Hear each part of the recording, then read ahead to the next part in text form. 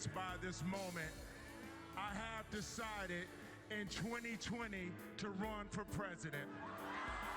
So it's official. At the 2015 MTV Music Video Awards Sunday, Kanye West threw his head into the 2020 presidential campaign. He was joking. At least I think he was. It's hard to tell with Kanye, who once proclaimed that he would be one of the characters of today's modern Bible. Even Donald Trump might say, "Why don't you go on this guy?" Speaking of which, Trump, in Nashville last weekend, said that he would soon make a decision about whether he would run as a third-party candidate. And he said he's been treated very nicely, which I take as a veiled threat, perhaps, about what he might do if the GOP doesn't treat him so. And that scares me, because in an ascendant campaign that some might consider akin to something out of the Twilight Zone, this whole nice thing is eerily reminiscent of the killer ending to one of my favorite Twilight Zone episodes, Living Doll.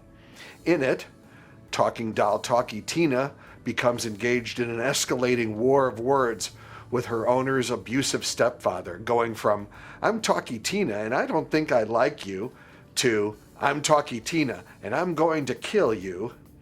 When Talkie Tina, spoiler alert, makes good on her threat, she has some choice words for his widow. "My name is Talkie Tina.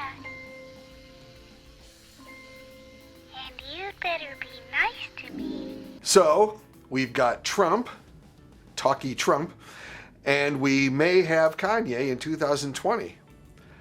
When it comes to politics, truth is always much stranger than fiction, but that hasn't stopped Hollywood from ribbing the political process with movies about unorthodox candidates. So here's a memorable slate. Man of the Year. Robin Williams stars as a Jon Stewart-esque comedian who, at the urging of his millions of fans, decides to run for president. His campaign, however, is no joke, as his barbed views of the electoral system catapult him into the White House. Head of State, Chris Rock, stars as Mace Gilliam, a Washington, D.C. alderman who was picked to become a sacrificial candidate after the president and vice president are killed. With nothing to lose, he speaks his mind, and his campaign becomes a national phenomenon. Sound familiar? Wild in the Streets. Has Kanye West seen this one? Rocker Max Frost uses his influence with the youth of America to get the voting age lowered to 14 and eventually becomes president, transforming America into the most truly hedonistic society the world has ever known. Election. Tracy Flick, Reese Witherspoon, never better, will stop at nothing to become president of her high school class, and things get ugly fast. Bob Roberts. Now, if Donald Trump could sing, he might resemble senatorial candidate Bob Roberts, a billionaire businessman and conservative folk singer. Sample lyrics, "Hey bud, you're living in the land of the free. No one's going to hand you opportunity." With all due respect, Donald Trump cannot sing.